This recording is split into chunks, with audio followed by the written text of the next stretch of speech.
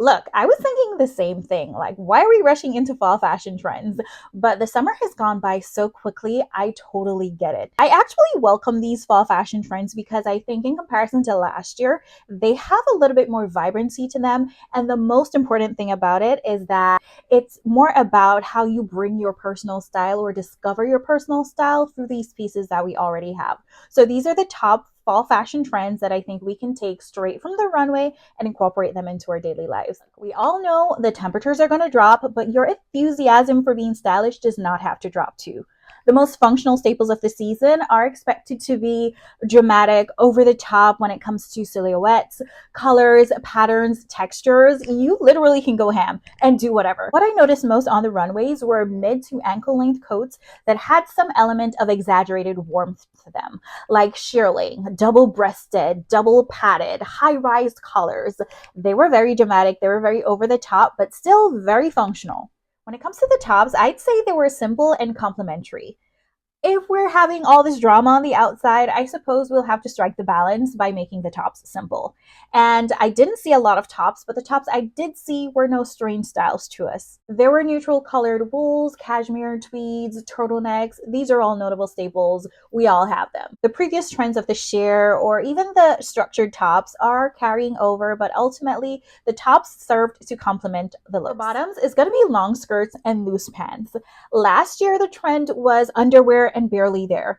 And save for a few celebrities I spotted jumping from car to building, I hardly saw anybody wear this, which pretty much to me indicates that this was not a wearable trend. For the marriage of the business suit plans plus comfort core dominated the runways for this upcoming season, and in my opinion will easily translate to everyday wearable style. Also featured were solid colored, form-fitting maxi skirts of knits, suede, or leather. These were further accentuated by high slits either in the front, back, or the sides to show off those cool boots, toned legs, or great stockings. For the dresses, I want to say they were liquid and flowing. So our top favorite designers explored various fabrics in their iterations of the dresses they sent down the runway for this season, but all of them had one thing in common. They moved and flowed with the body. The silk, satin, and chiffon pieces easily achieved the effect, but innovation prevailed with a liquid like leather, lace, cashmere, and even wool dresses. Ruffles were also employed to make those flowy silhouettes. It was a wild child versus a clean girl. There seems to have been a tug of war between going above and beyond with the shoe styles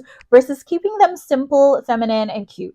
Of course, there were boots. Most of them are thigh high, but expect to see some over the top drama in the form of visible textures, unconventional heel shapes, hidden platforms, slouches, and all the crinkles. While elsewhere, you're going to see the classic pumps, loafers, and stilettos. So if you're not into all the drama, you'll still be on trend. For your bags, add texture and your personal touch. Not much has changed with the base styles that we've seen, but what the designers have done was take their most popular and classic styles and added some sort of texture, especially using the types of materials that we are more likely to see during the fall winter season, like the suedes. They're really encouraging us to put our own personal touch on things by using bag charms and any sort of accessory that you can use to define or to tell the stories that we want to tell through our fashion. For jewelry, it's going to be solid and seen. Regardless of the piece, this fall winter jewelry trends towards the conspicuous. Seeing more solid metals and complicated nature designs like flowers, fruits, insects, you name it. There are also a lot of beaded pieces popping against the simple outfits. The rest are just bright colored, bold, and obvious. Colors red, green, and black. Now, these are pretty much the same colors that we saw last year. They're just slight variation in hues. So the cherry red of last year slides to the side to make way for the more deeper, richer type of reds like the maroons, the merlots, the burgundies, which are quintessential fall colors. While the greens we'll see are army, sage, and hunter. And black remains a universal slate upon which the most creative thought can be drawn. You can do anything with a beautiful black piece. Patterns, finally we're back. We are no longer in our quiet luxury era. We are stepping out, and I'm so happy for us animal print girlies. We're able to step out in style right now. And I think we can do a marriage of the animal print and the understated. This is my first fall fashion purchase for this year, and I'm absolutely in love with it. You can also go down to the bottom of your collections and bring to the top your classic color plaids. Finally, the overall aesthetic for this fall season, I want to say, is you. It's all about exploring what fashion means to you. It's so hard to keep up with a lot of these frequently changing trends, the macro macros, the manos, the nanos.